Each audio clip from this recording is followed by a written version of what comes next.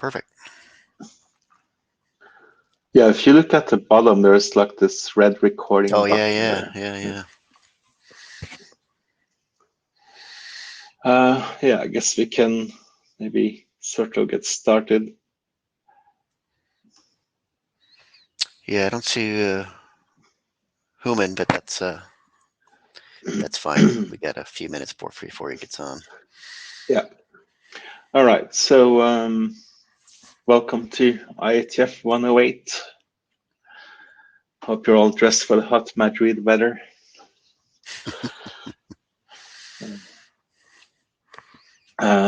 So you should all know about the note well. Let's see, how do I change slides here? I need to.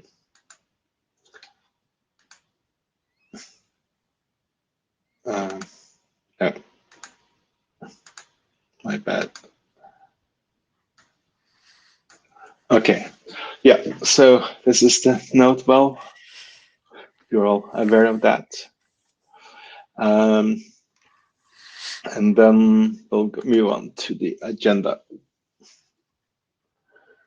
So, yeah, Mike and I are gonna tell you a little bit about what's going on in the working group right now. And then we have 5 presentations after that. Any comments on the agenda? So according to this, we might finish a little early, but we'll see what actually happens, I guess. All right.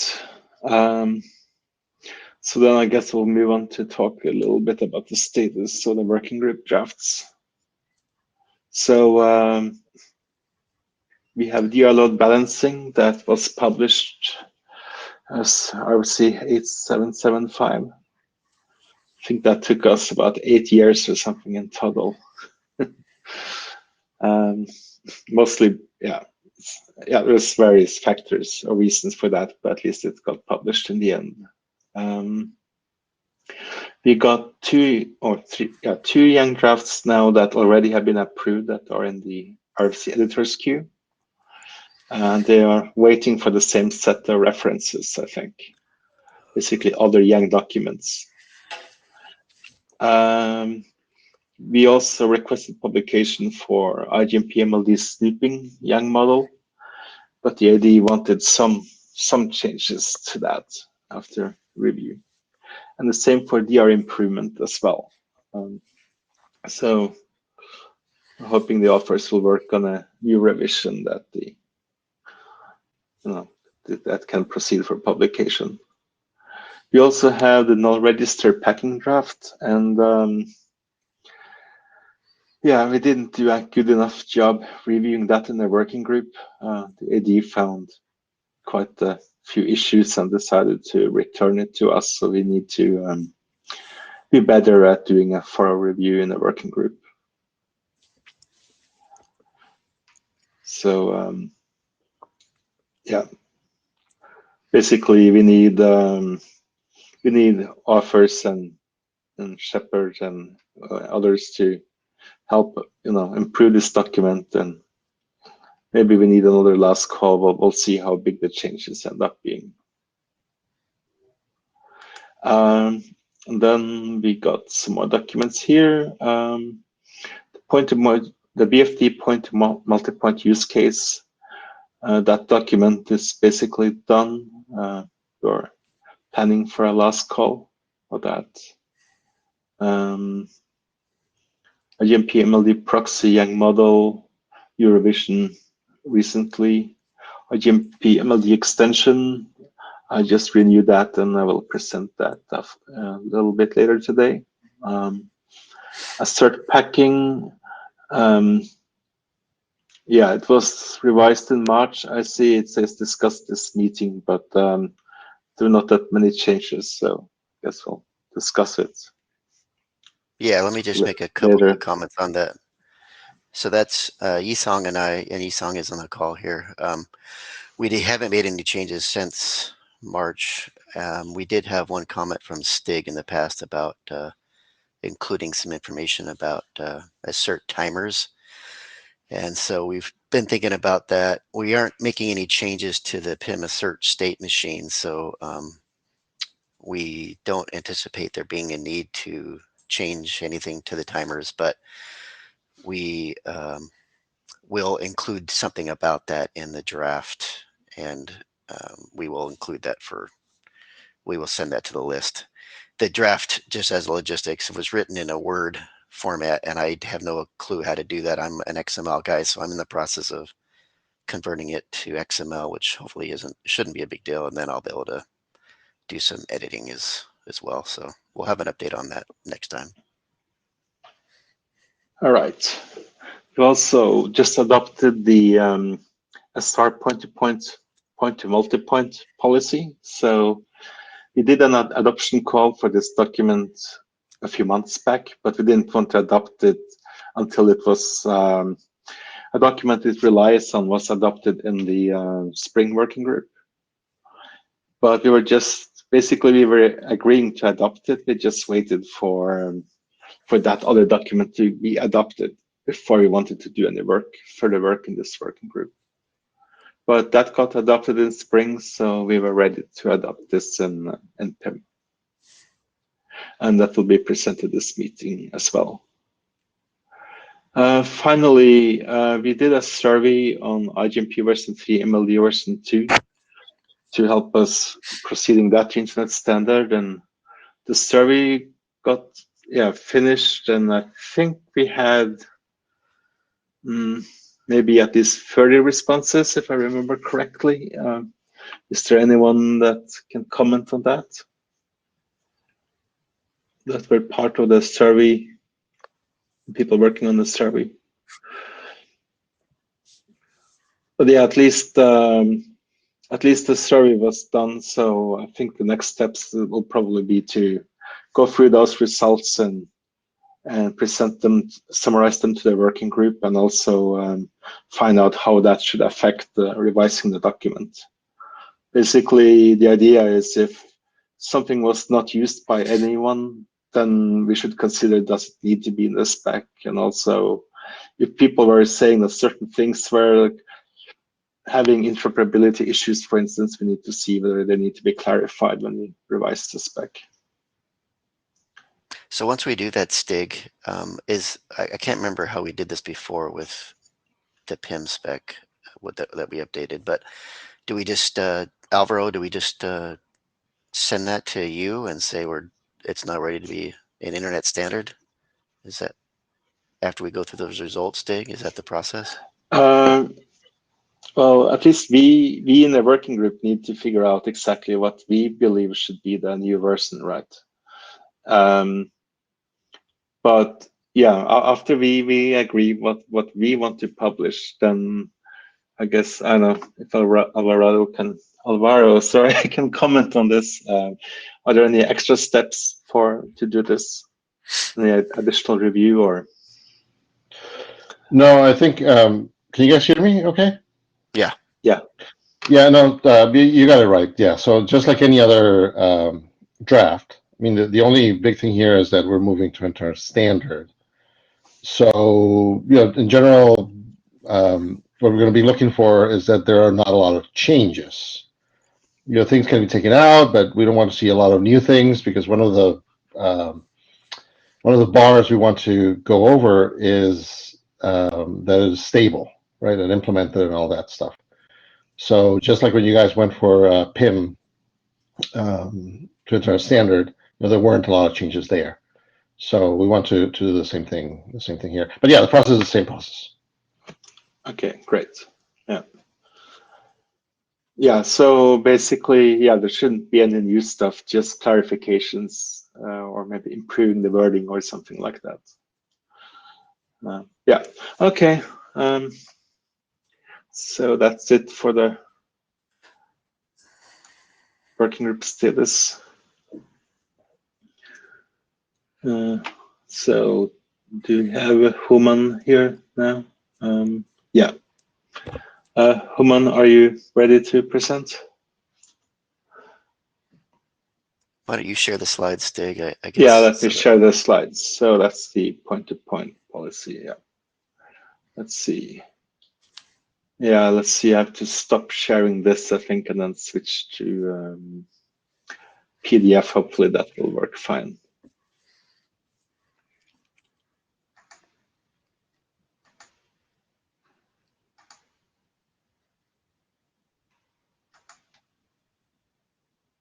Hey guys, I just want to ensure you guys can hear me. Yeah. Yeah. This app was making me a little bit nervous. So I wasn't sure what's going on.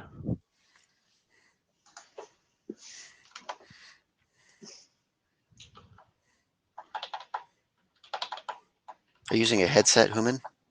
Yes, I am. Is it? Yeah, Is it... that seems to be the most successful so far. When we were playing around with this, headsets seem to be the key to sound good.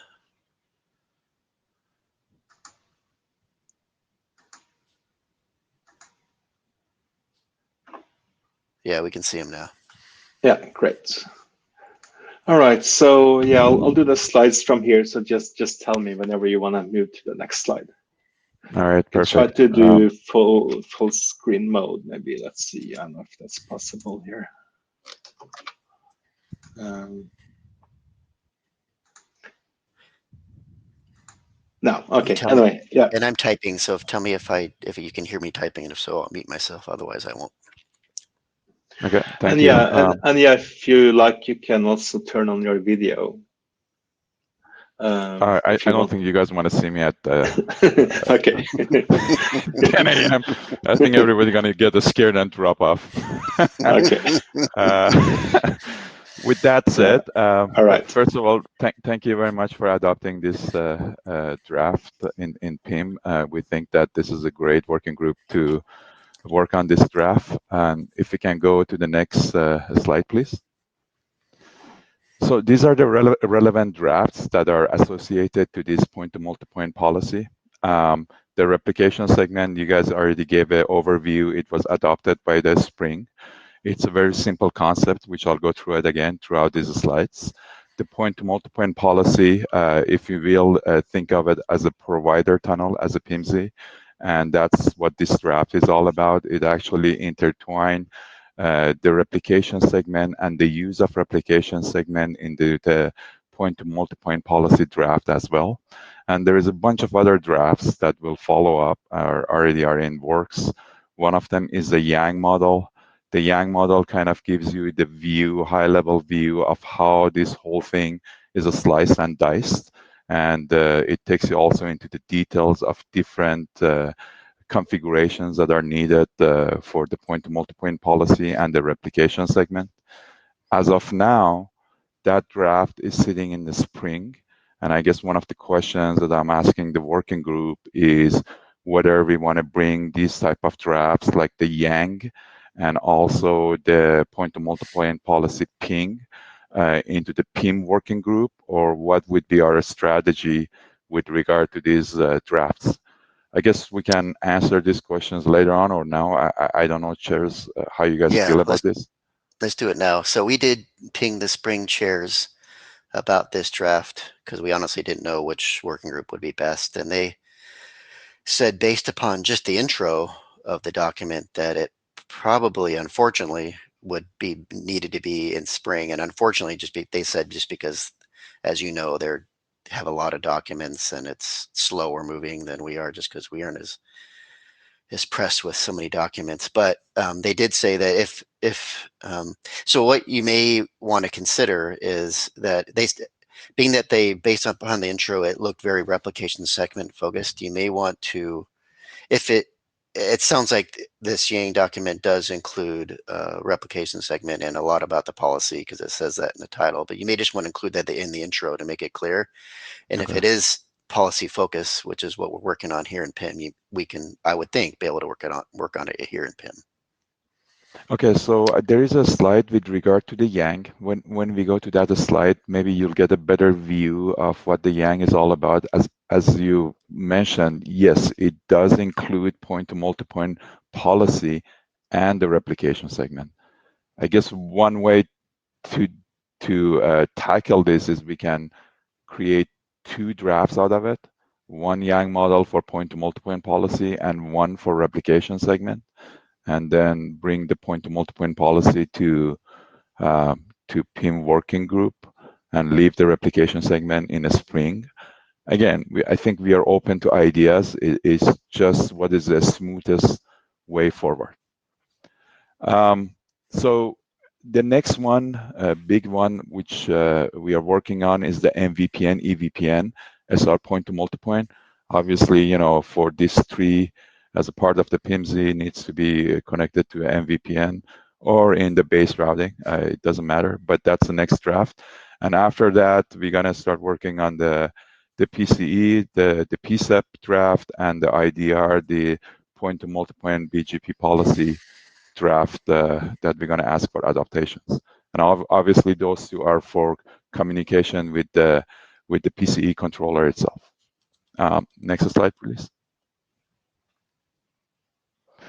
Okay, so just going to the high-level concept of what the point-to-multipoint policy is, if I may put it in a very simple terms, it's actually a point-to-multipoint tree, like a provider tunnel that can be used into MVPN, or it can be even used in the global routing table to go from a route to a set of leaves. It can be, obviously, it's initiated via a controller. That's the main use case for it, but there is nothing that says you cannot initiate this point-to-multipoint policy via some kind of CLI through the node statically, hop by hop, and you create the replication segments on each single node, all the way from the root to the leaves.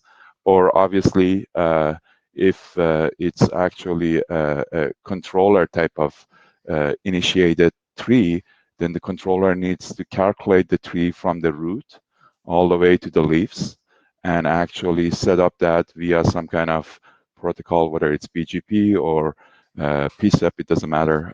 It can, on the southbound, it can program the tree to the according nodes and the replication segments for the tree. So next slide, please. So there are a couple of main concepts on the point-to-multipoint policy that you need to be aware of. The first thing is the candidate path. The candidate path, we try to keep it in line with the unicast candidate path. So again, each policy can have multiple candidate paths. A single candidate path can be active based on a certain criteria, and the other candidate paths can be act as a redundant candidate path to the active one. Each candidate path can be engineered, traffic engineered from the root to the leaf. They can be SRLG separated from each other. They can be engineered based on certain criteria, bandwidth, etc. All those goodies that come with the controller will fall under the candidate path implementation. And under each candidate path, you could have instances. So basically, the instance is the lowest hierarchy in the point-to-multipoint policy. So basically, it is the point-to-multipoint LSP, if you will. If you're talking about MPLS forwarding, it's the point-to-multipoint LSP that is at the core of the instance ID. So basically, the instances are used for global optimization. If for whatever reason, under a candidate path that is active, one instance is not optimized because of IGP or because of any kind of CSPF calculation, the controller can create a second instance under that candidate path, and it can go on the route, and it can do a make before break between one instance and the newly instantiated instance to go from to do a global optimization. Next slide, please. So at the base of it, it's the replication segment, which was adopted on the spring. What the replication segment is, it actually contains the forwarding information. Whether those are the label information going forward, when it comes to SRv6, the SRv6 information, the next hop information, or even the fast reroute information, all of them are under the replication segment. Now, a replication segment concept is very simple. It's actually it needs to be programmed on the route, on the transit, and on the leaf nodes.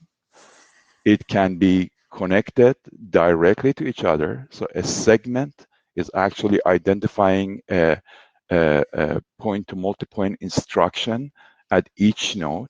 They can be connected to each other when nodes are actually directly connected, or two replication segments can be connected to each other via a unicast SR domain.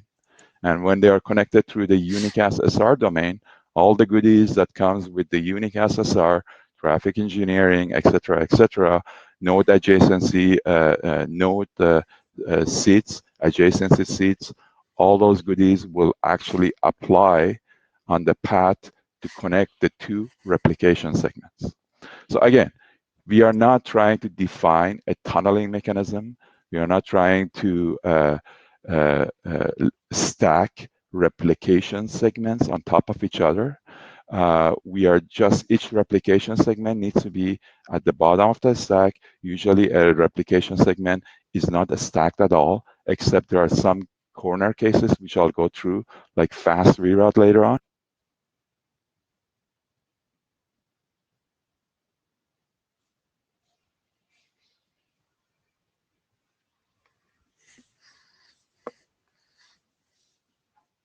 Is it just me, or did we lose Human?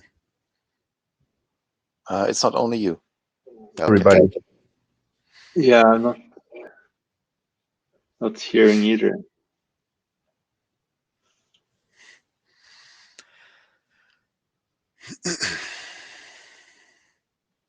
Okay, note to self. Establish a way to signal something to the presenter. How do we do that? He is not even listed anymore, so. Oh, I he's saw him back. from. Yeah, there's a chat function as well, by the way. But yeah. Yeah, but the problem is you can't even join with a different Jabber application a chat when you're here on the Meet Echo. So if there is any Meet Echo problem, Jabber isn't a good backup channel. Sure, it's good to have some other back channel. Yeah. Yeah. We'll see if he can log back in. Otherwise, we'll finish the presentation for him.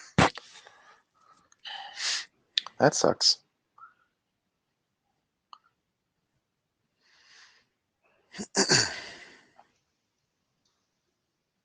And presenters unencumbered by chairs speeding them up. Oh, here he is. He comes back. Great.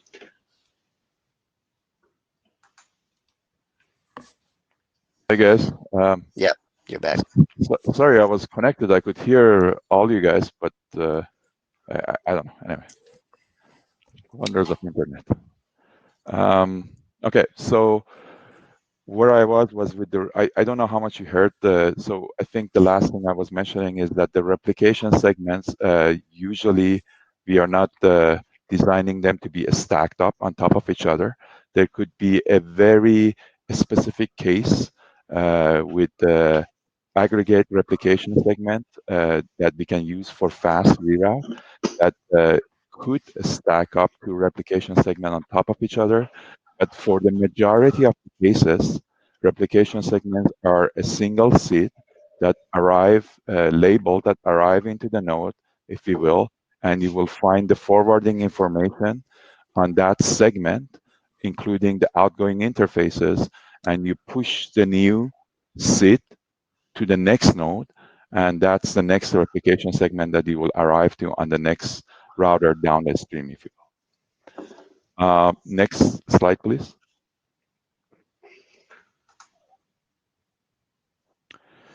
So there is this concept of shared replication segment as well, which I explained. As with previous slide, a replication segment, a normal replication segment, is actually uses the tree ID and the root ID and a bunch of other identifier to be identified on each node on the root, transit, and the leaf.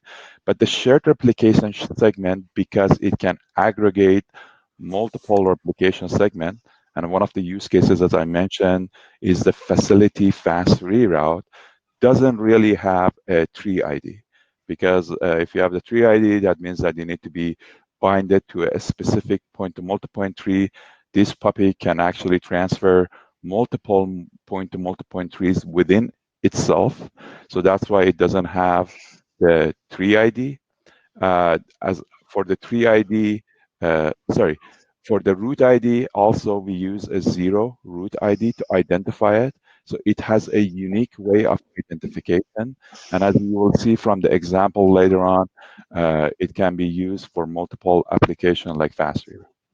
Next slide, please. So this is a very high-level picture of the point-to-multipoint policy and the replication segment all in a single slide. So you can see the point-to-multipoint policy is on the root. You could have multiple candidate paths as it was explained previously. The instances under each candidate path can be used for global optimization, make or break of that single candidate path. If one candidate path goes down for whatever reason, the next one with the highest preference will take over, and that will provide you resiliency throughout the network between the candidate path. And then you have the replication segment, which here incorrectly I called it replication policy. Is actually a segment that needs to be programmed on every single node from the root to transit to the leaf. If there is any node in between two replication segments that does not support the replication segment, the unicast SR policy can be used to connect those two replication segments, and you can use seed lists and start putting up, stacking up unicast labels to ensure that there is traffic engineering between these two replication segments. Next slide, please. So here's a Yang model that I was talking about. It's a little bit small, my apologies. So as you can see in the Yang model, there is the point-to-multipoint policy on one end with all the stuff that I already explained, the candidate path, the instance ID, et cetera, and on the replication segment, you do have the next hop information, the incoming label, and then if you look at the next hop information, you can see that there is a protection next hop, which the protection next hop is used for fast reroute. So again, between each replication segment, if there is a link failure, you could use an alternative interface for a fast reroute. As of now, we have only identified link protection. In the future, we can look at node protection, but that brings up a bigger bucket of worms, because for node protection on a node that is replicating, it could create some complexity which we need to figure out in this working group. And this is where I had the question that whether we want to split up these two Yang models, one for point-to-multipoint policy and one for replication segment, which we can have a discussion at the end of the presentation. Next slide, please. So this gives a very high-level example of what happens when a node does not support the replication segment. In this case, is node B. So in this example, as you can see, node A has the point-to-multipoint policy because it's a root node, and node C and G are the transit node that support the replication policy, and D and E are the leaves, and C is also a bud node here. So in this case, on A, you create the point-to-multipoint policy. You configure a replication segment on A with a seed list. That seed list can use an adjacency seed toward B, or it could actually use a node seed of B on top of the stack and C, which is the next replication segment, on the bottom of the stack. So then the packet is issued out of the corresponding, well, the packet is actually steered via the unicast seed list, if you will, arrives to B, and then from B, based on the node seed or the replication seed, based on the node seed or the adjacency seed, it actually arrives to C. By the time that the packet arrives to C, all the unicast labels are actually popped. So what we are left with is the next replication segment on the C. So on the replication segment on C, you can see that there is two outgoing interfaces to D and E, because they are the leaves and the next downstream replication segments. And there is one next hop that can use its own loopback, the C loopback IP, or in this case, we use a well-known loopback IP address. which makes the C the bud. So C will create 3 packets, 1 for its local use and 2 going toward DNE. And on DNE, again, there are 2 different replication segments with the incoming seed label, replication label, and each one of them will actually use that packet internally because they are the leaf routers. Next slide, please. Well, actually, we can skip this slide for the sake of time. Maybe we can go to the next one, please. So here's an example of, and I always forget the name of it, aggregation replication segment, or what did I call it in the other slide? Anyway, the aggregation, the replication segment and aggregate multiple LSPs to use for fast reroute. So in this case, as you can see on C, D, the link is really protected via CGD. Now, usually this protection can be done via unicast SR, via TI-LFA, or LFA, all those goodies that comes with the unicast SR. But in some cases, if unicast SR is not present into the network, which is a minor case, you could actually use this aggregation replication segment to create bypass tunnels for your point-to-multipoint LSPs going from C to D. So any LSP that goes from C to D, any replication seed that goes from C to D can actually take this bypass tunnel that is created via another replication segment toward G, and G can actually use implicit null to send the replication segment C all the way to the D. And you can see the label is stacked there. So that's another use of replication segment when SR, unicast SR, is not into place. Next slide, please. And I think I'm gonna skip this slide too. This is only the case when there is no implicit null. So the next step, unfortunately, I did not update it. Again, thank you for adopting this draft. And I guess the next step is we need to start getting work on this and clarify some of the concepts that are out there. Just one last point, this concept has been implemented by multiple vendors so far, and there are some implementation of this already into the field. Thank you.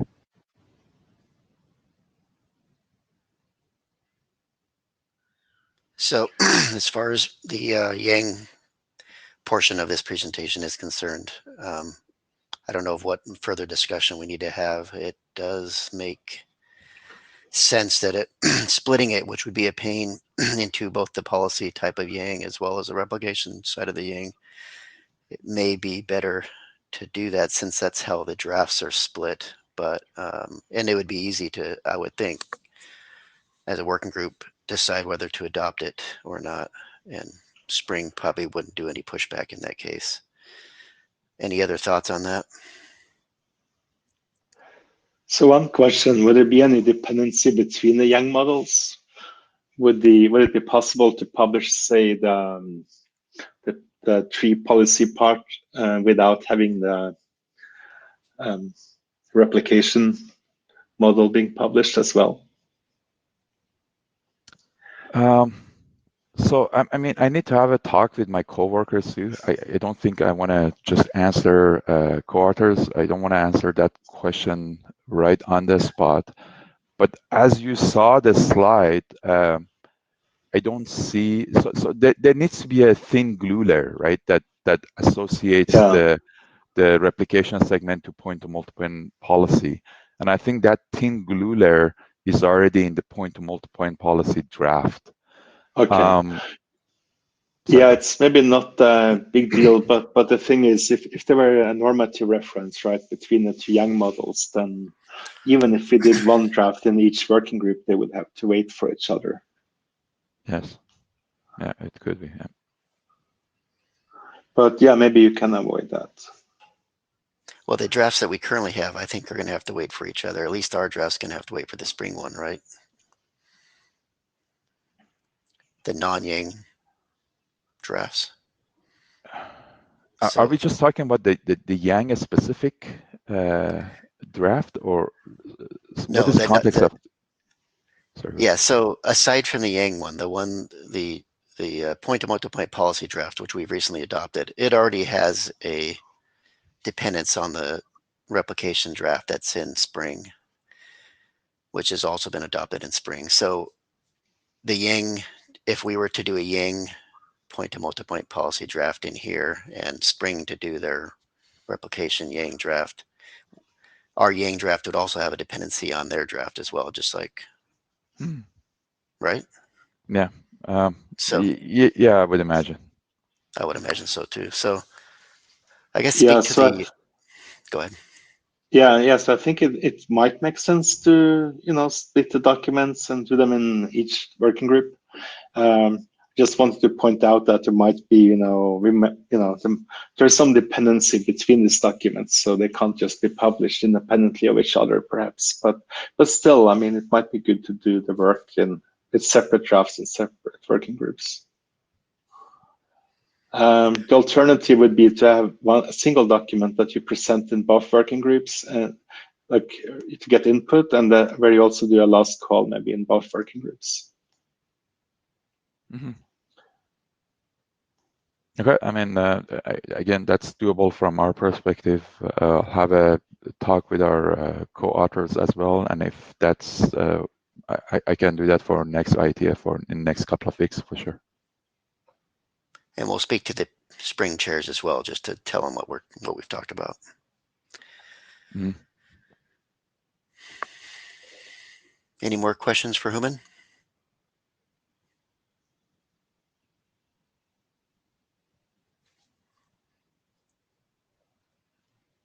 This is the directly talk. Don't go to the queue.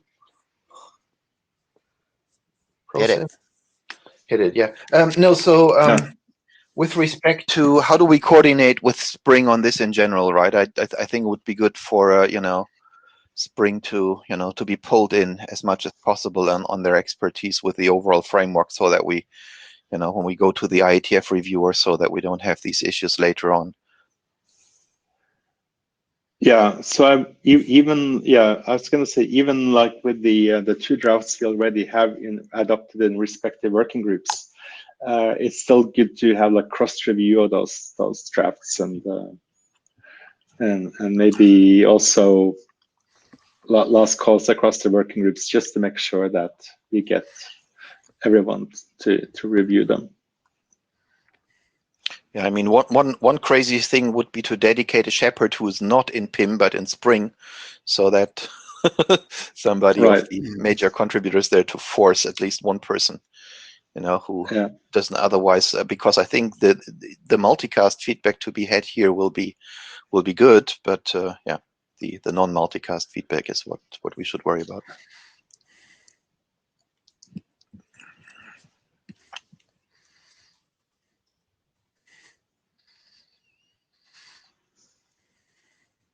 Okay. Thank you, Human. Thank you, everyone. Thanks. Yeah, thank you. And okay, so next on the agenda should be, let's see, this draft, right, Mike? Yeah. Can you hear me? Hello? Yep. Good. Yeah, hello. Hello, everyone. Today I'm going to talk about the SR v6 point to multi-point pass. Next page. Want to share video or no? No, maybe nobody. No, everybody's shy. Everybody's just going to look at me then. Okay. Yeah, I don't want to break this on. I'm a good-looking guy, so I understand. It's intimidating. Yeah. MPLTE has been in IETF for 20 plus years. And MPLT unicast has been widely used for about 20 years. And then MPLT multicast. 7 years ago, a set of draft about SR were presented in IETF. So SR, the beauty of SR is that We don't have states. We don't have signaling in the core of the network.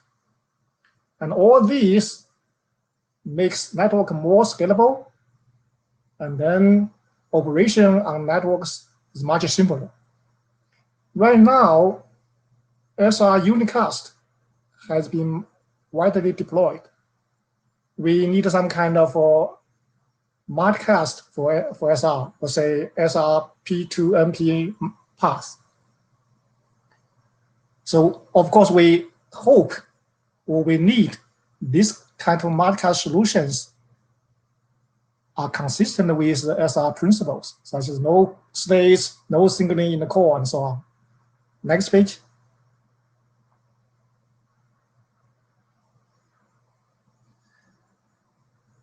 There are some proposals for SR P2MP path. So one proposal is by Shen. Basically, that proposal is based on multiple SR P2P paths for achieve the functionality of SR P2MP path. So another proposal is the PIM. So this one is a real P2MP. But there are still some states, such as states for data plan is in the core, because those states for data plan is installed by controller on the node, on the ingress node, transfer node, and the leaf nodes by controller such as PCE. So next page. So the solution we propose here is that this solution is closer to node states in the network core, and we just need to send the SR policy, which is a seed list, into the ingress node of SR P2MP path. So in this solution, we'll introduce a multicast seed and the seed list for encoding SR P2MP path. Next page.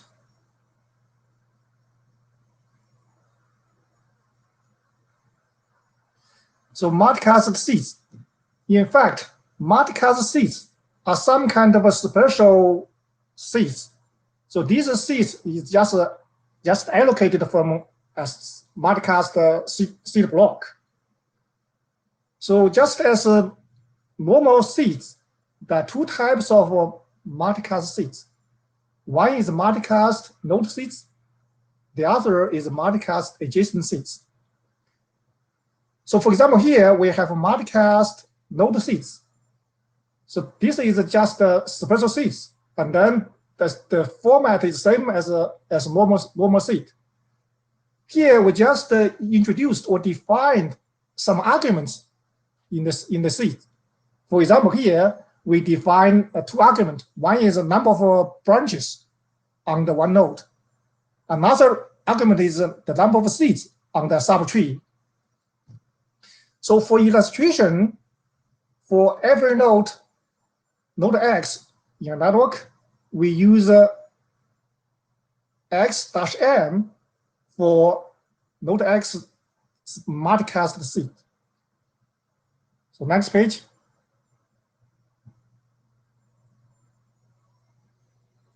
So seed list for SR P2MP path or tree or subtrees.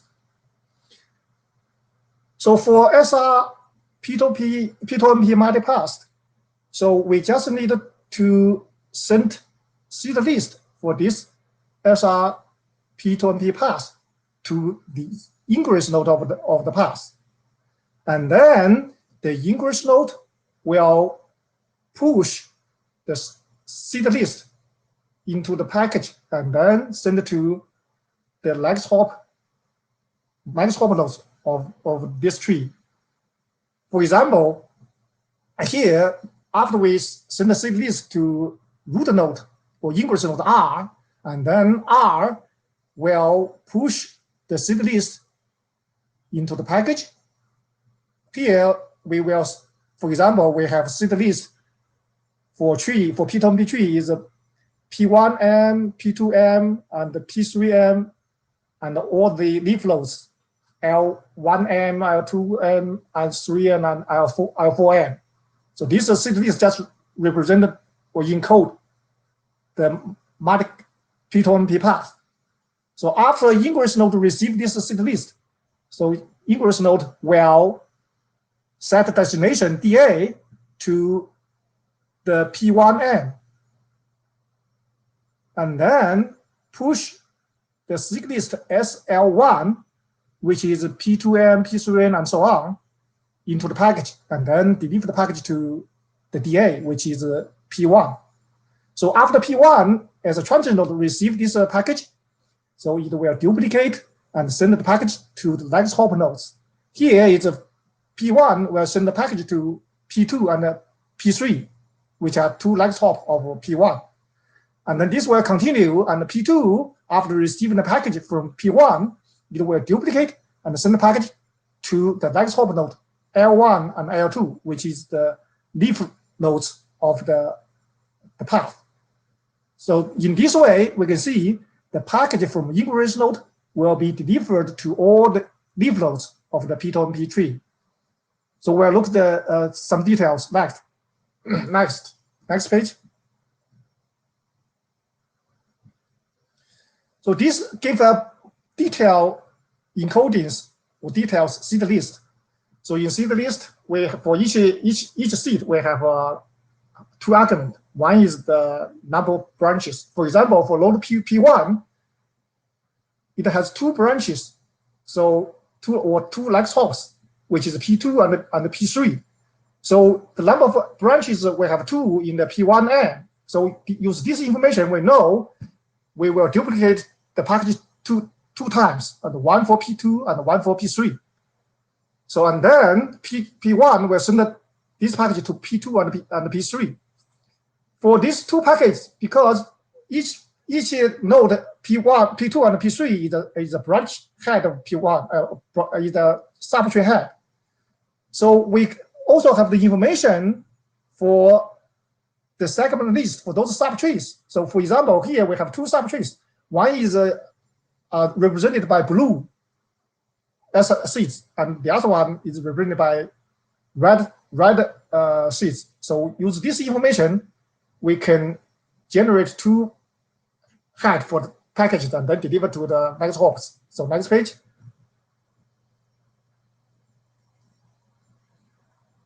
Next page. So this page gives more details. So here, after P1 receives the package, and then the destination DA is the multi seed of P1. So in this P1-M, we have information that number of branches is 2. So P1 knows that there's 2 branches on the P1.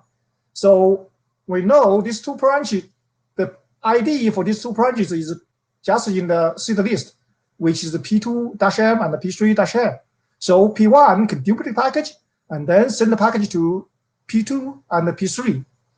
So for each package, we know the subtree is in this seed list. And then, for example, for subtree on the P2, and then the seed list, it will be constructed from those blue ones.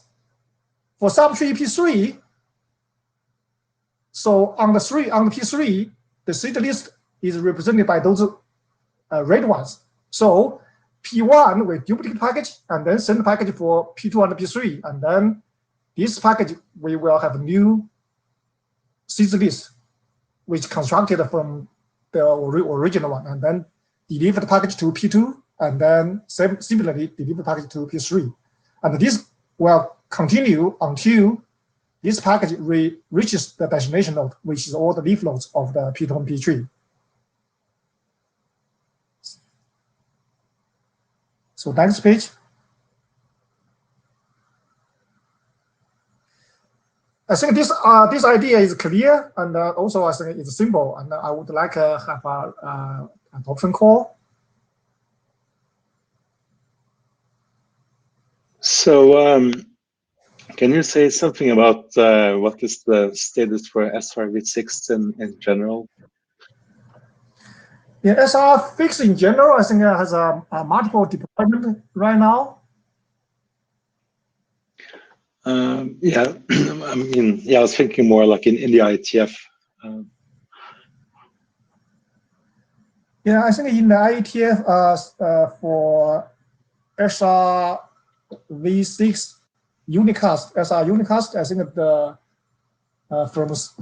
from standards point of view, I think it's the draft is all there, right? IGP extension, those are things already there. So those drafts, are they adopted by Sixman or which working group? Or yeah, I think for example, for extension for IGP, one is for ISS, another one is for OSPF. Those drafts are at least adopted or almost in working group. I think one of them is both of them will be in the working group last call or passed. Okay. So Stig, there is if this is what you're talking about, there is an SRv6 network programming draft. It's on version 16 in Spring. It's been worked on, it looks like, for quite a long time. Okay. Yeah, I think that one also passed the last call after a long debate in the list. Okay. So I'm kind of normally we would have liked, I think, to see a show of hands so many people have read the document and so on, but that's a little difficult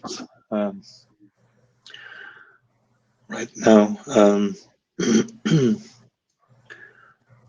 So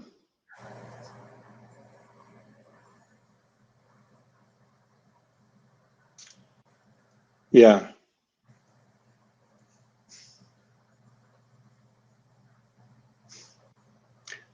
Do we have any comments? Any people that have thoughts on whether we should do this or not, or should we take some time to review it, or do people think that already? Yeah, have people already read the document and think it's something we should adopt, or?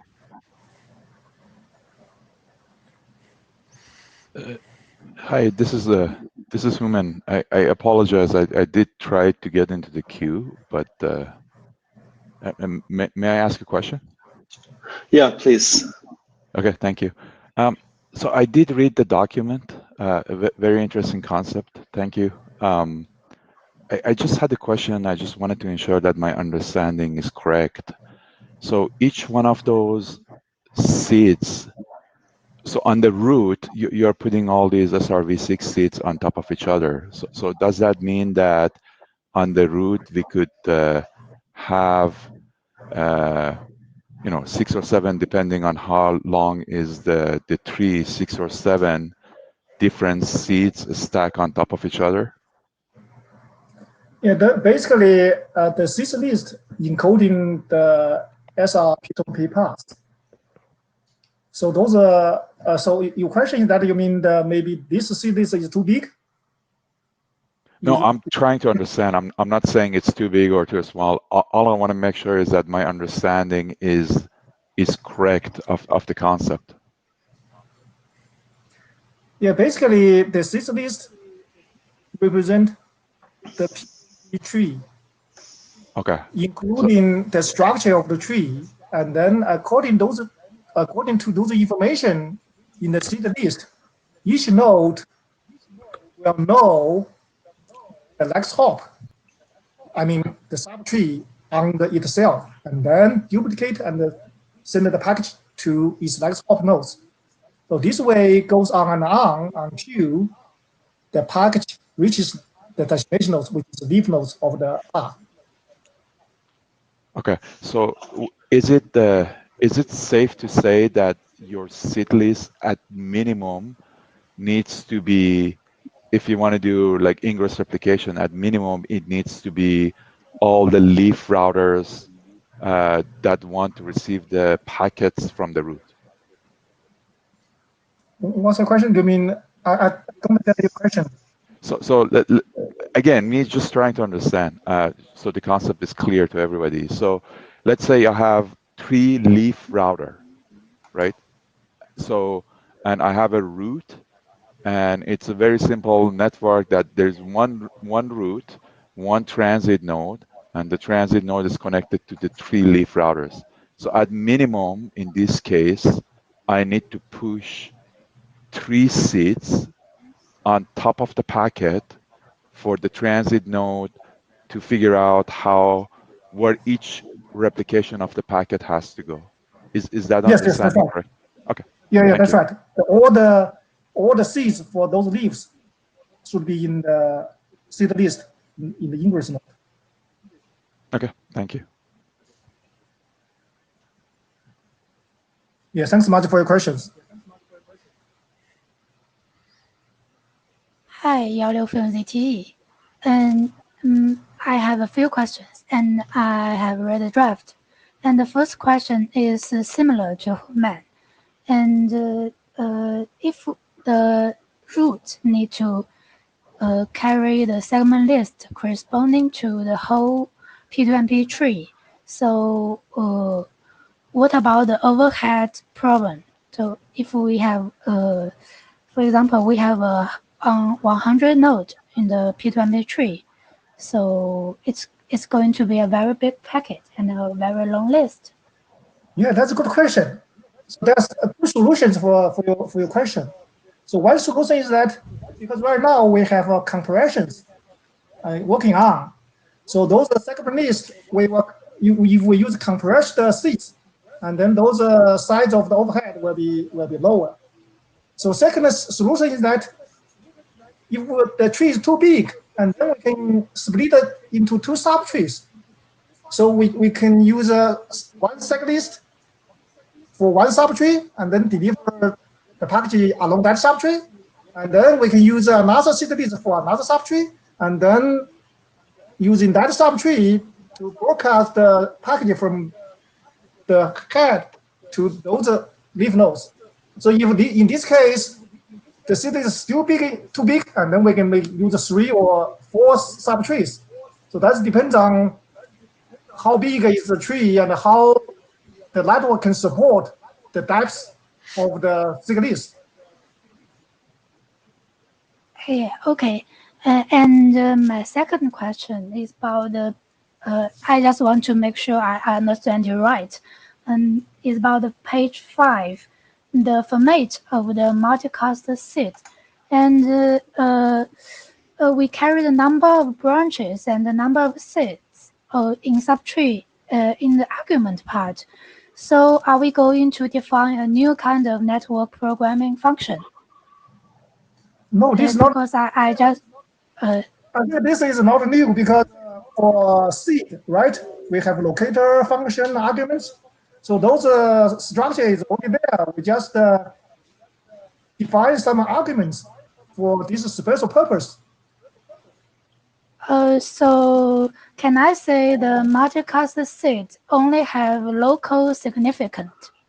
So no, only the we local. Can have two, we have 2 multicast seeds. One is node seeds, one is adjacent seed. So node seed is a global significant, and adjacent seed is a local significant.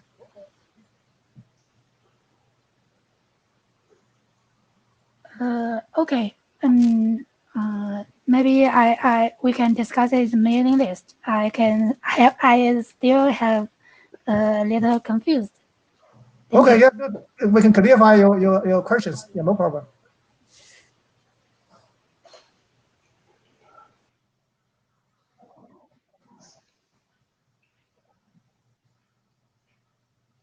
I see a couple of people on the audio now. Human or Sergey, do you want to comment or? Yes. Can you hear me, guys? Yeah. Okay, so I just want to follow up on our previous questions. So you mentioned multiple times with multicast seed. Is my understanding correct that this is a new type of seed which you want to define in the same draft? Or this is something which defined elsewhere and you're just gonna reuse it? You mean the multicast seeds and the replication seeds? Multicast seeds specifically. Yeah, I think a multicast seed is some kind of special seeds. I think this looks like a code point allocation. Basically, I see we have a few drafts. They're talking about the different type of seeds. For example, for comparison, they propose some kind of seed from a special block for comparison. And then this, I think, a multicast seeds is some kind of special seeds. We just need to allocate some code point maybe from Spring or somewhere. Yeah. So my concern is what this is actually a whole new type of seed, which probably gonna be defined maybe in a separate document. And for me, it's unclear how currently it lies in overall SR architecture, to be honest. I think from flexible view, I think we can define different seeds, right? Because we have this kind of seed locator, whatever seeds, they have different functions, and then those provide the architecture there.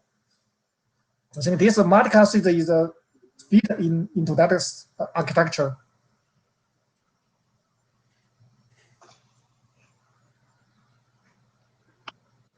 Okay, I guess we can follow up later on this. Yeah, it sounds to me like there's a fair amount of things to discuss here, and both myself and maybe some others need to also read this document more carefully, think about this. So I think I would like to take the discussion to the list. We have time for a few more questions here, if anyone, or comments if people like. Yeah, just one question. This is Human. With the same type of question as defining new concepts, I'm not sure if there is this new concept of splitting seeds and then putting them back together based on a replication node. Maybe I'm wrong, but the way I'm reading the draft is that when you get, in this example, if you get onto the P1, then you need to grab your seed list and somehow split it into two, and then create appropriate seed list toward P2 and P5 in this diagram that is here. So coming from the root, the seed list will contain all those seeds, and the function of the P1 is obviously look at the seed list, split it accordingly, and push the right seed toward the P2 and P5, and each transit node needs to do the same thing. Is that understanding correct? Yeah, that's correct. I think because those seeds have a structure information there, and then after one transfer node receive a package with seed list, and then they can easily get those information for trees under that node. Mm-hmm. Mm-hmm. So I think that's another concept that needs to be very well defined, that how that slicing and dicing should happen at each one of these transit nodes. If I'm not mistaken, I don't think there is such thing out there today. Yeah, in the draft, I have detailed descriptions. For example, for one node P1, after we receive the seed list, and then we have DA. DA is the seed list of P1, and then we have a number of branches information there. There are two branches with P2 and P3, right? As this information, the first two seeds in the seed list will be the seeds for the P2 and P3. That's a very direct information. We can get one and then get the next hop directly. And similarly for I think I understand that concept. I get that, but I think it's important to verify that for silicon merchants, right? I mean, eventually, I think this needs to be implemented in the data path, which that's the part that I think we need to ensure that this implementation is done correctly in the data path. Yeah, okay, We've got one more person waiting to speak. I'll let him speak, and then I think we will take it to the list. AC? AC Lindum, Cisco Systems. I think the abstract needs to the abstract or introduction needs to very precisely define the differences with just the SR replication segment. You know, why this, what are the changes? Hopefully no changes, but what are the extensions to it? Because it's not clear just from the title. You mean the difference between the multicast seeds and the replication seeds? Yes, your draft and just the SR replication segment. Yes, exactly. Yeah, I think the replication segment, they have more information, such as row ID, there's a tree ID. So here, multicast seed is just a simple seed. I think it's more simpler. That's one difference. And then another difference regarding to the draft presented by Woman. I think those draft they have a data plan states in the core network, and then our draft have closer to those states in the core network. I think that's a high level difference. And the behavior is different. Of course, behavior is different because we use the multicast seeds. But that's a good comment, AC. As a co-author here, we will make that more clear because there's obviously a little bit of confusion with it, and that's fine.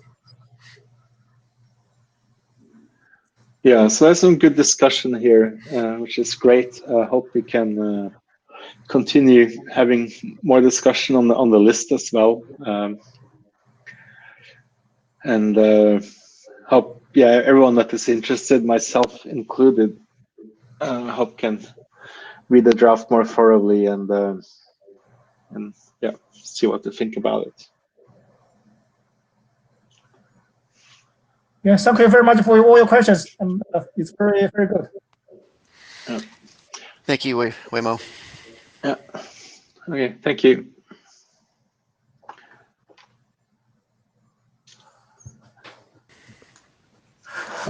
Let's see. Yeah, I'm the next up.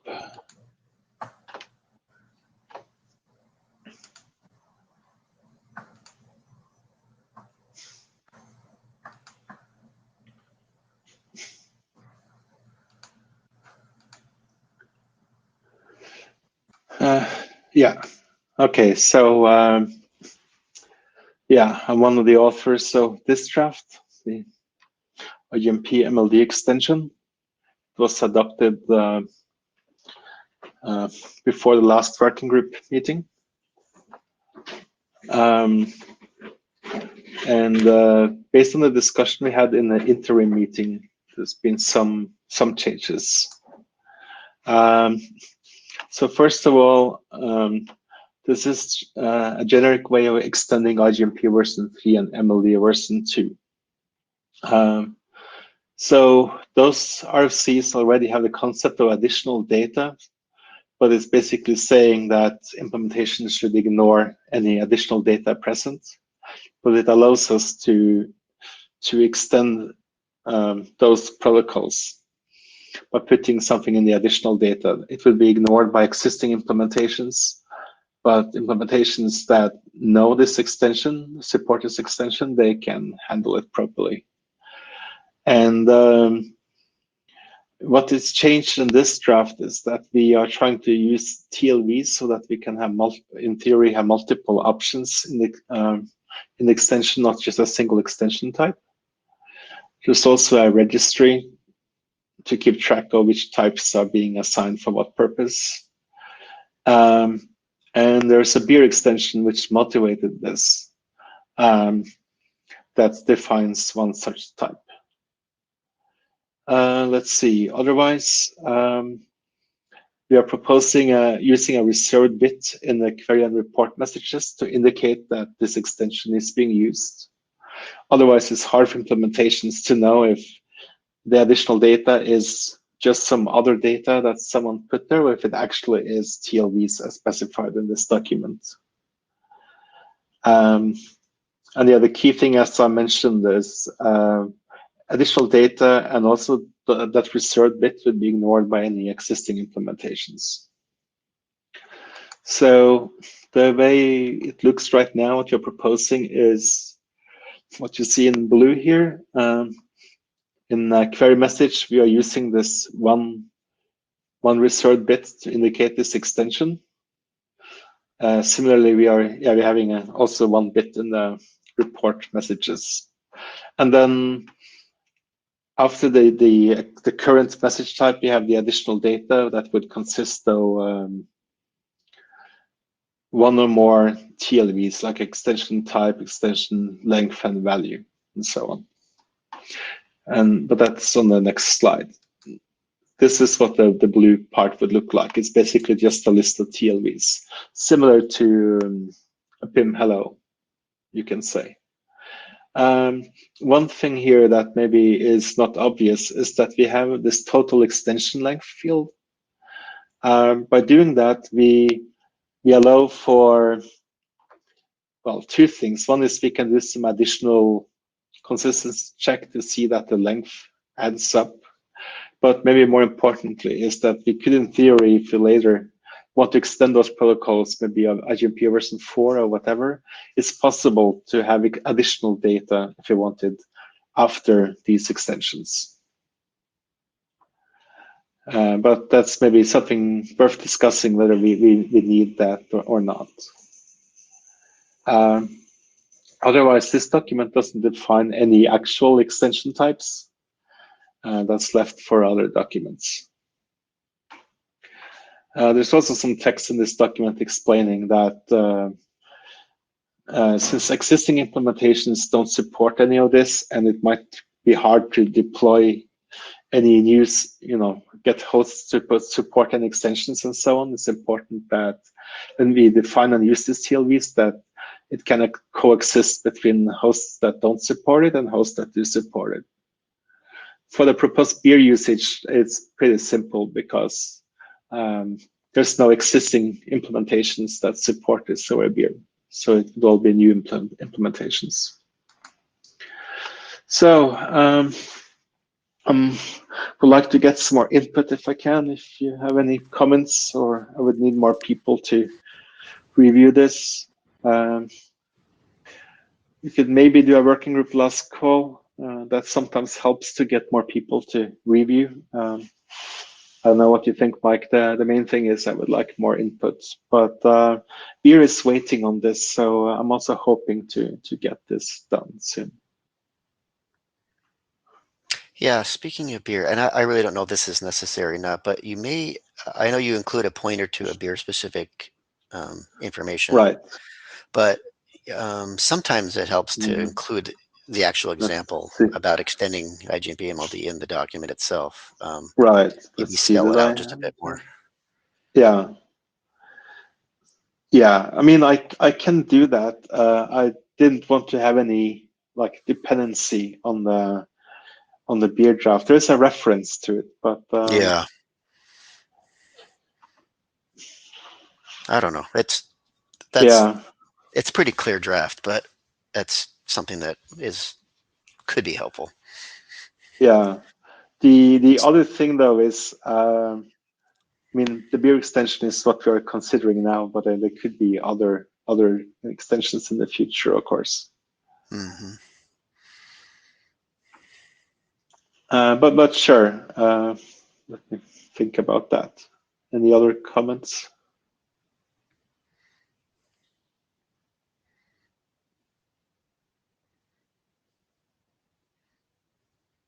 So I would say that maybe the main thing I'm thinking about myself that maybe should be added to the draft is if there's any text that needs to be there on guidance, like backwards compatibility or what kind of extensions are kind of good to have there, or what you need to think about when you define a new extension. I tried to add some text there, but I would be happy to get some suggestions. So as an example, though, at least, yeah, you need to be very aware of that. That some implementations may just ignore an extension, and is it okay if one host, for instance, ignores the TLV and another host does process the TLV? But yeah, at least from a protocol point of view, I feel like it's pretty simple. It's my main concern is maybe if there's any more guidance that should be in there. Of course, I'm expecting that each document that defines an extension also specifies some of this, but maybe we should have some kind of checklist saying these are the things that a new extension document need to specify or something like that.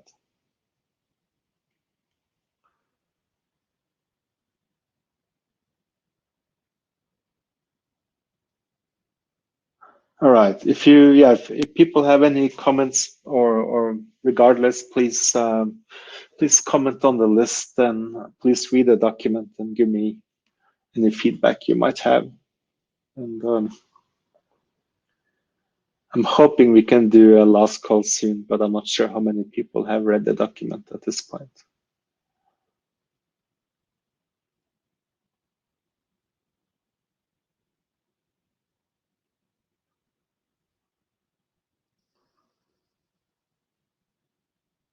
Yeah, okay. I guess I'll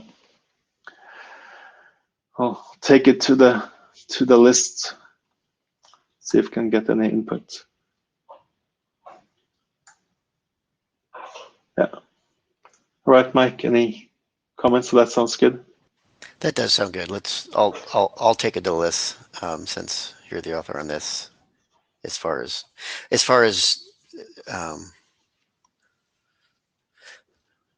working group last call type stuff, I would do that. But yeah, maybe you need to send it to the list and send it. I still think it could be helpful to spell it out a little bit more in an example, but maybe a little diagram that said how this could be used, and if you don't, if it doesn't, if an implementation doesn't support this extension, then what would happen?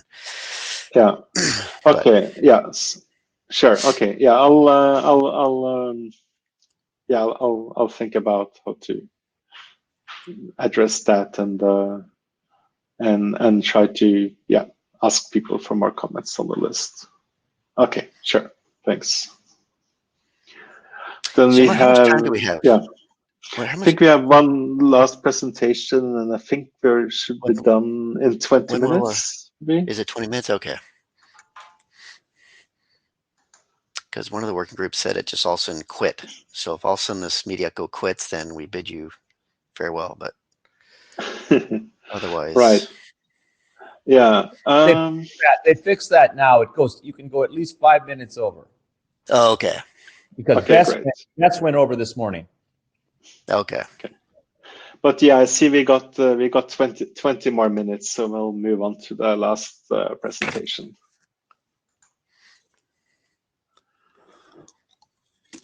So I'm gonna try something here so I don't have to share any window. Let's see.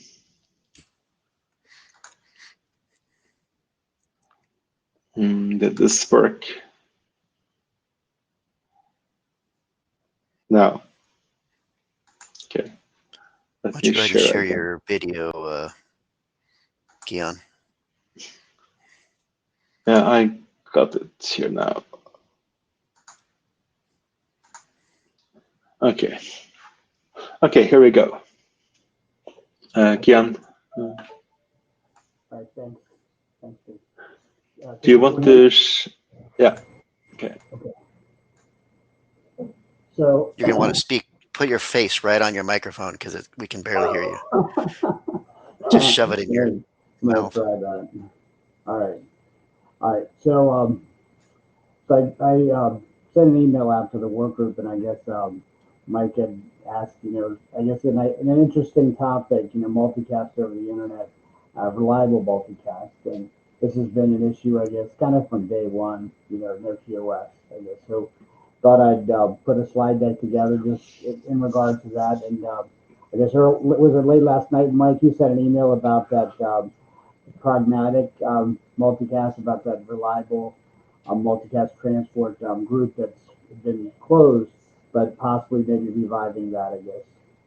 So this kind of plays into that, and just some ideas of, I guess, QoS on the internet, I guess, and really where the gap is with UDP, and unfortunately multicast is UDP, and that's kind of where we fall with the gap. So go ahead to the next slide. So just at a high level, I guess, so most internet providers, and this has kind of been, kind of the way it's been for a long time, all traffic over the internet, it's best effort, so there's no preferential treatment. And the need really hasn't really been, and with the providers, it's really been high capacity links. You got tons of bandwidth, so anything that's TCP based, you don't run into issues. It's really the UDP stuff, and that's where, and especially multicast, because it's streaming video, and that's where you run into problems. So, and that's kind of really the gist in trying to see how you could possibly have reliable multicast over the internet, and the theory behind, is it even possible to actually have a coordinated effort by all the service providers to even provide QoS, across the internet, that everyone marching to the same QoS policy, marking, and scheduling. And the big deal that happens with multicast is that if you drop a frame, and if it ends up being a reference frame, that you drop, that reference frame is a pointer within the buffer, and then you start buffering. So you end up basically stopping, the video stops playing, and now you're just buffering. So that's really the big impact. So really end-to-end QoS for UDP based, streaming video is really a requirement to really make it viable. And that's really where the work group that Mike had worked with, the reliable multicast transport, and then the pragmatic multicast kind of came about like 20 some years ago. But it seems like that's still relevant even today, that to really have, it's really, there's two pieces to the puzzle. One is you either go that route and have some kind of feedback mechanism that provides like that NAC or ACK that when you drop a packet, or you have QoS over across service providers. Go ahead to the next screen. Thanks. So there are some providers that provide, just kind of, I did a little bit of research on just the topic, and there are some like CenturyLink, they do provide QoS. I'm at a premium, so like for gaming and stuff. And then there's other providers, I looked at, like, let's say like Big Leaf is one that I kind of did some research, looked up recent, and they basically have like a tunnel service. So there are some types that can give a somewhat pseudo QoS like a policy, and they're definitely, you're paying like a premium, so it's not like free. You actually have to pay, and it's all, I guess with net neutrality and having to pay for better service. I guess if you pay more, you get more. So kind of that's where that road goes. So SDN, for example, I guess in terms of multicast, so that works well, I guess, for, let's say, I guess for internal traffic or intranet traffic, I guess, because it's tunnel traffic and it's overlay. But for native multicast, because you're, let's say, a broadband customer just sitting off of your fiber to the desktop or whatever, and connected in, and you're trying to get your video to go, but you're native and you're not really going over an overlay tunnel. So SDN for, let's say, broadband users, it doesn't really help. You really need that QoS. And it's two pieces to the QoS puzzle. Go ahead to the next slide. So this is just an example of kind of really the two pieces of the puzzle related to QoS. So you got, and it's really the home users, small office, home office, your CPE router. So you need QoS there, and then it's really all the service providers talking to each other and communicating and having a coordinated QoS policy. So those are really the big two pieces of the puzzle. And a lot of the other streaming content providers, they're doing streaming video and stuff, but everything is over TCP, so they get the retransmission. So they're all fine, and I think for years, I guess all the content providers, everything has been really over unicast, because multicast just hasn't been viable, due to not having the end-to-end QoS. So, but what ends up happening with all these content providers providing unicast streaming and large packets of video, that ends up, if you're doing a mix of that with multicast and it's all best effort, you end up running into trouble. So, and not having the QoS, of course, on your CPE router, as well as the end-to-end QoS, multicast kind of gets the short end of the stick. But go ahead to the next slide. So just comparison, just TCP, UDP, just basics. I mean, you just don't have with it looks like screen just reset. Oh, there it goes. Oh yeah, there you go. So just the basics. So with UDP, so it's connectionless, not reliable data delivery. So there's no recovery as you have with TCP with retransmission. I mean, that's really the big one. And then there's no SYN-ACK handshake, so it's not connection oriented. So if that packet drops and it happens to be that reference frame, you're done and you're into buffering. So big impact for multicast. I mean, you need reliability, and to make it not that viable, you either have to have some kind of feedback mechanism through the either pragmatic multicast or through the reliable multicast transfer working group, or an end-to-end QoS policy. Next slide.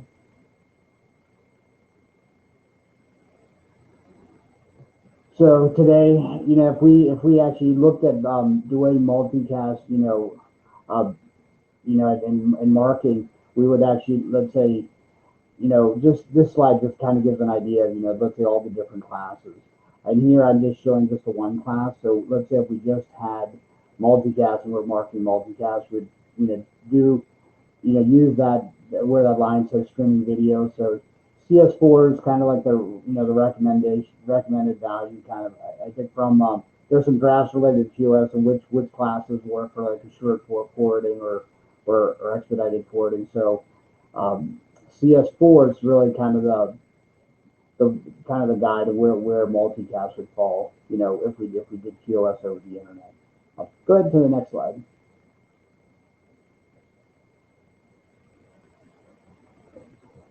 So this slide, what I'm talking about in theory, just looking, it's kind of digging a little deeper into QoS, as it actually pertains to multicast, because multicast is really either needs that end-to-end QoS or another option with feedback, mechanism for the protocol. So in theory, if you looked at, let's say, public internet providers versus, let's say, private MPLS, MPLS or even any flavor like SRMPLS, SRv6, etc., whatnot. The big difference is, just kind of looking at it at a high level, and it's really simplicity. That when you look at it, it doesn't seem like it would be as difficult to provide multicast, in the QoS over the internet.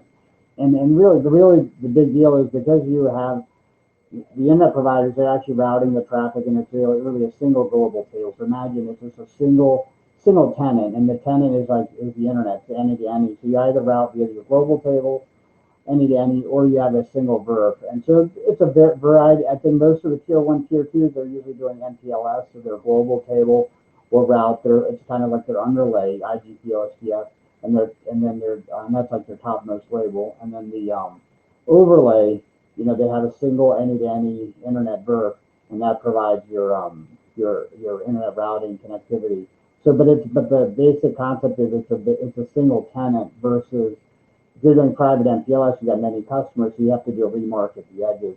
So really, kind of at a high level, looking at it, I mean, it doesn't seem too difficult that you could actually have all the service providers, and this is kind of really in theory at a high level, that you could actually have all service providers, across the board, the same, per hop scheduling, the PHP scheduling, and a common marking policy. You mark at the edges, You don't have to do any special marking or special treatment with different types of classes, like a gold, bronze, silver class that you would do with private MPLS, because it's public and it's just one single VERP any to any. So that does make it, viable and possible. I think that there have been white papers and publications over the years related to QoS over the internet, but it just really hasn't gained momentum just because of the sheer volume of the number of service providers and really the global reach and trying to get the standard or whatever it is out to all the providers. I mean, I think that is probably really the biggest challenge. But in theory, at a high level, because we are dealing with a single tenant and it's just a single either global table or a single MPLS VERP, the marking policy and the QoS policy, it can be fairly straightforward, and it really can be feasible, and it can be done. That's kind of what I'm trying to say in this slide. Go ahead to the next one. So this is actually all theoretical. So in theory, what you could do is, let's say, the IETF, we came up with a QoS standard for, let's say, public QoS, and this could be a draft, maybe a public QoS policy, and maybe something that we actually had to drive some framework around it, and with all the operators groups like NANOG and SANOG, and we worked with all the different operators. So I guess in theory, we could have a public standard QoS policy that's ubiquitous across the board, across the globe. It doesn't have to be complicated. It could be fairly simple, and I kind of broke it up into 4 classes. So you could have, let's say, your best effort. So instead of throwing everything into your best effort bit bucket, you would have best effort would be your file transfer class, and then you have CS4 multicast would sit right there. You'd have it sitting by itself, so it's not queuing up, with other traffic types, so any other TCP content stuff from like Netflix, Amazon, or whatnot, any other content provider. So that would be a separate class. And then sitting at like AF41, and then your voice traffic, you'd keep that separate. So really 4 classes. I mean, it's a pretty simple policy. You'd have like an edge mark policy that you'd mark, and it'd be standard. Every service provider would mark their edge. So instead of everything sitting in a one bucket, now you could have these 4 discrete classes, and then you have that same policy across the board, across all the providers. Go to the next slide. So in theory, you could actually, so this could be accomplished, and you could you'd have your edge router. So you have 2 pieces of the puzzle: your edge router, your CP broadband router. You'd have to enable QoS there. And now you have all the providers now with this common policy, QoS policy that we come up with, let's say the one that I outlined, all the providers, they would have this standard marking policy at all of their edges. So all their customer edges they'd mark, and then service provider to service provider, they would have a standard policy that they trust, and they honor the markings that are going between providers. So there was an idea that I thought of, that maybe, so this is one idea that you could possibly have. Another idea, and it would be really based on, and I kind of mentioned it just in a really brief blurb in one of the slides, is that it would be a concept similar to, let's say, BGP flow spec. But let's say hypothetically you had a controller that was out there, but it was kind of sitting at like the top of the internet. Let's say if you imagine the internet being hierarchical, you've got your tier 1, tier 2, tier 3, and you got your broadband carriers.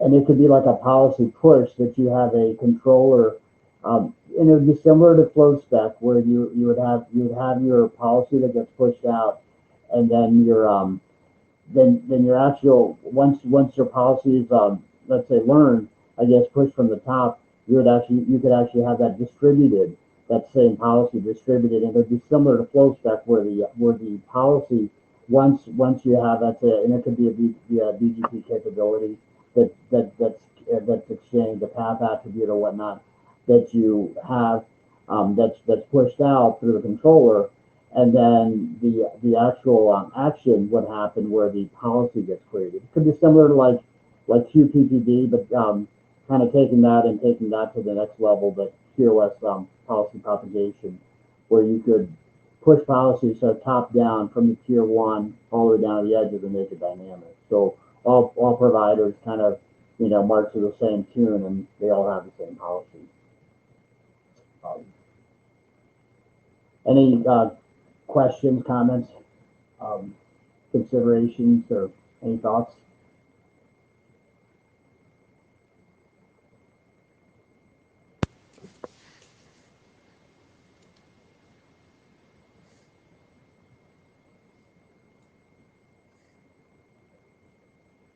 Mike, any thoughts, I guess, on Jake's got some comments.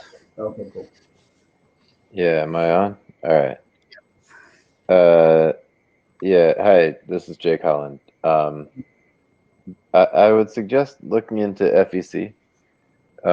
That's been a pretty common way to solve the reliability problem for multicast. It was recommended both for Flute and Norm.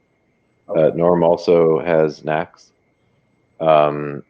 So like you might be able to, I mean, I think it would be a pretty neat idea to make an RTP payload with like FEC for iframes, but you know, that I'm not sure if that's the direction you want to go with that, but a general idea of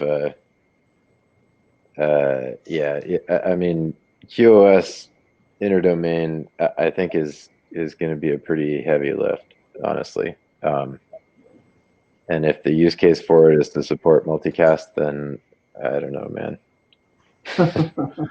No, I hear you. I mean, and you know, in one of these slides I did mention, I think with service providers and with like DWS, VM, you can really throw like a ton of bandwidth and to convince providers to, okay, let's start using multicast, make it viable. But we've already been viable for a long time using,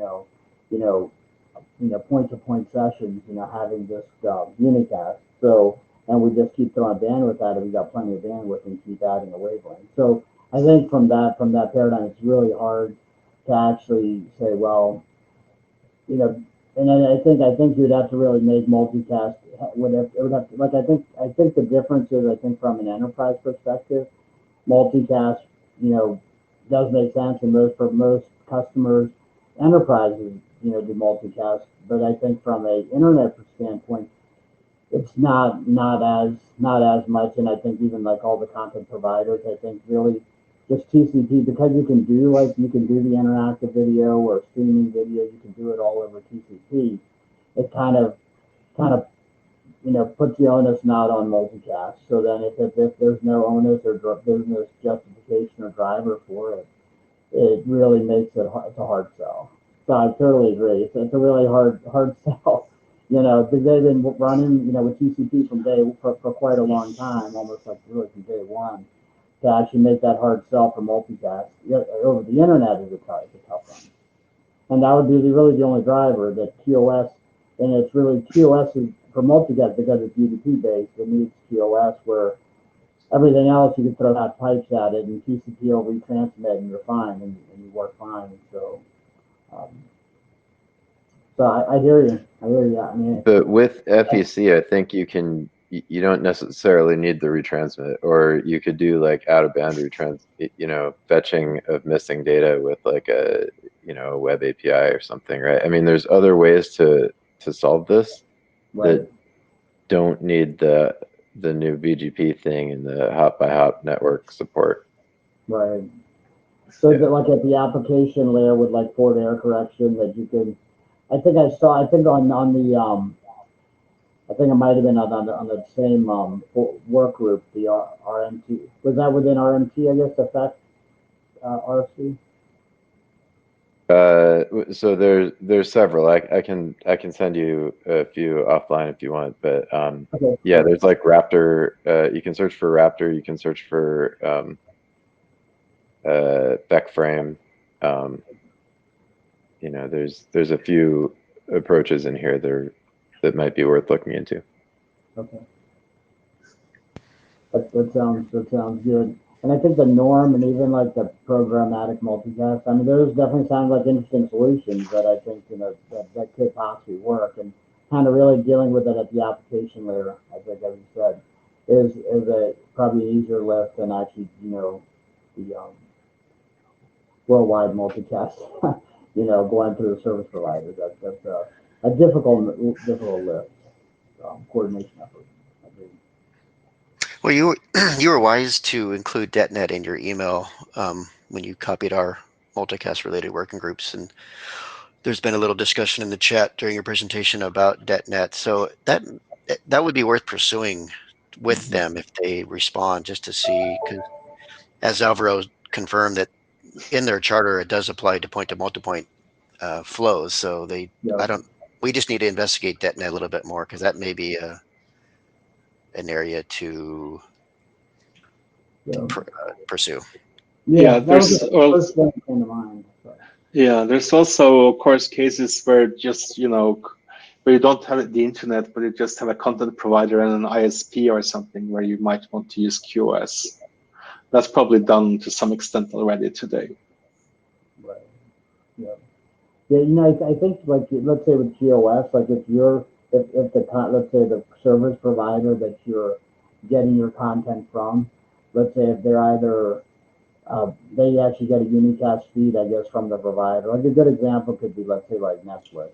Netflix has a content feed, let's say, in the Verizon, and then Verizon within their head ends, now they're doing multicast downstream. Then it's all kind of all within their footprint. They could actually do it, and they could provide the QoS. But if it's kind of going, as long as you're not going outside of your outside of your service provider network, you're okay. But once you leave that service provider network, I think we have to stop now. I'm going to be kicked out in a couple of minutes here. I'll follow up with DetNet. I mean, I think that was the first one. I think when I thought about it, I did look at QUIC, possibly they had some stuff related to doing some out-of-band channels for multicast over QUIC. So I did investigate that a little bit, and they had some things. And then, but I think DetNet, that's definitely something interesting to pursue. And Mike, I'll look at, I guess, your the work group that closed, I guess, some of those drafts. I was kind of RMT, yeah. There's a lot of good documents there. But this is a good area. Thank you, Gian. This is interesting. It's probably time to revisit it and see what's available. Very good. Yeah, this is probably a good place to stop, Mike. I think so. Thank you, everybody. Appreciate a good hour and a half. It was a good meeting. It worked relatively well. Yeah, hope to see you all in person someday. Yep. Yeah. All right. Yeah. Thank you. We'll send out the minutes. Thank you, guys and gals. Yeah. Okay. Bye.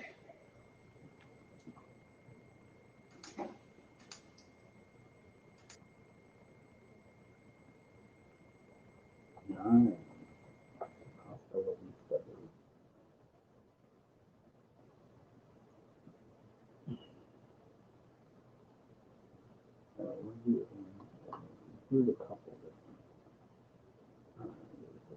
them. I kind of got it.